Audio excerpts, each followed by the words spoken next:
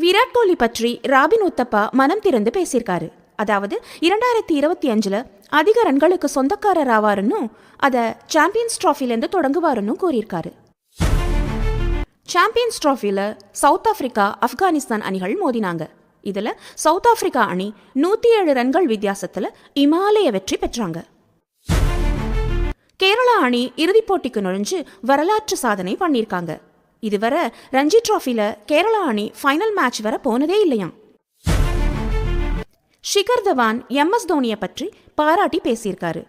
அவர் என்ன சொல்லியிருக்காருன்னா, தோனி கேப்டனாக இருக்கும்போது எனக்கு ரொம்ப சப்போர்ட் பண்ணியிருக்காரு.